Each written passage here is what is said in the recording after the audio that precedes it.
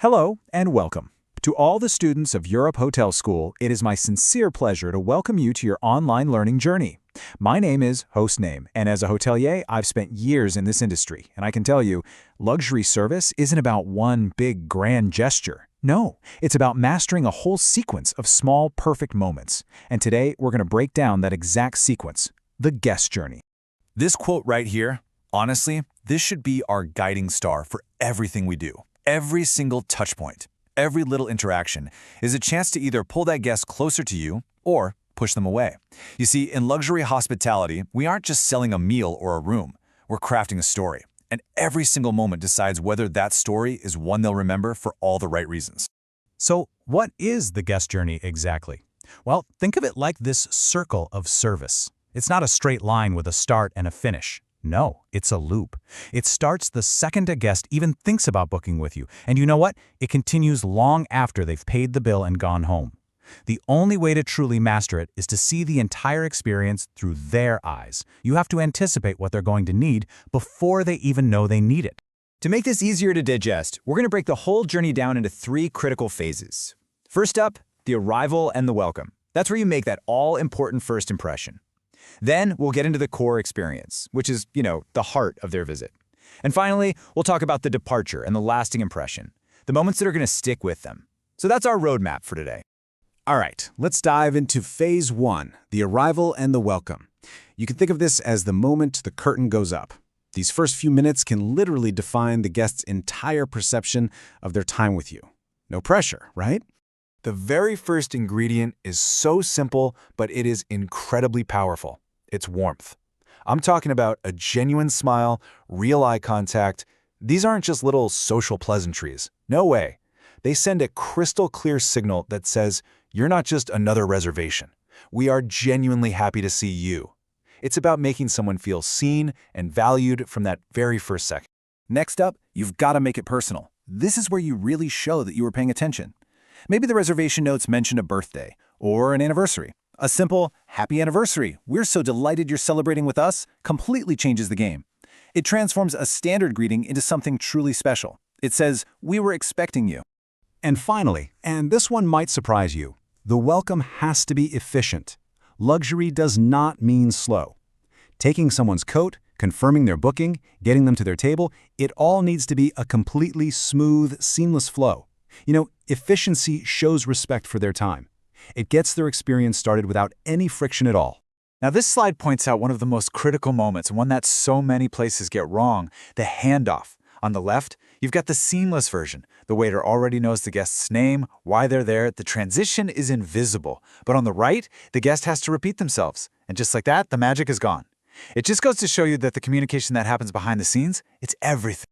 So, at the end of the day, what are we trying to accomplish in this first phase? It really just boils down to these two simple feelings: making the guest feel safe and cared for. When a guest feels that, they can finally let go of the stress of the outside world, they can relax, and they can fully immerse themselves in the amazing experience you've created for them. Okay, so the guest feels safe, they feel looked after, we've set the stage perfectly. Now it's time for the main act, the core experience.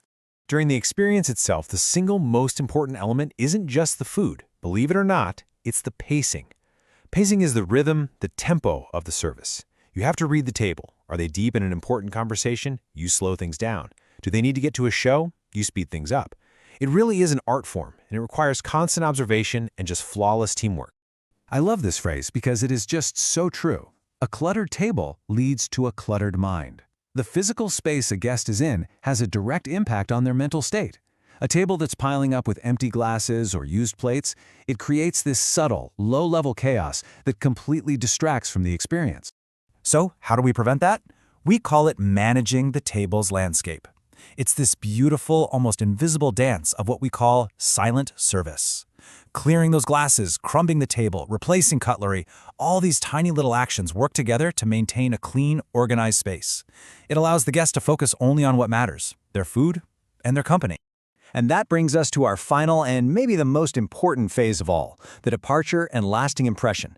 It is so easy to drop the ball here, but it's incredibly powerful when you get it right.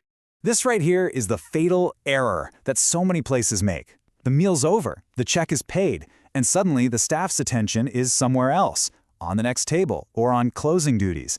That dip in service quality, that feeling of being rushed out the door, it can undo every single bit of great work you've done up to that point.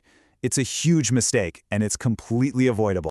So why is that drop-off so damaging? Well, psychology actually gives us the answer. It's something called the peak end rule. And it's fascinating, really. Our brains don't average out an experience. Instead, we tend to remember two specific things: the most intense moment, the peak, and how it all ended. What that means is the final moments of a guest's journey have a hugely disproportionate impact on their entire memory of the experience. So this is the question I want you to constantly ask yourselves. After all the amazing food, the wonderful service, the great conversation, what is their final memory going to be? Is it going to be a frantic search for a coat and a generic goodbye? Or is it going to be something thoughtful and personal? A perfect departure is every bit as choreographed as the welcome. It's things like presenting the bill discreetly, having their coats ready and waiting, offering a personal thank you, using their name, and walking them to the door for one last warm farewell.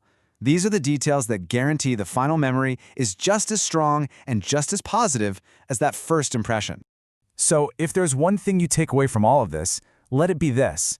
Your role is so much more than it seems. You're not just a server, you're not just a host, you are a guardian of a guest's precious time and ultimately of their happiness. By mastering this entire journey, you're not just providing a service, you're creating a memory.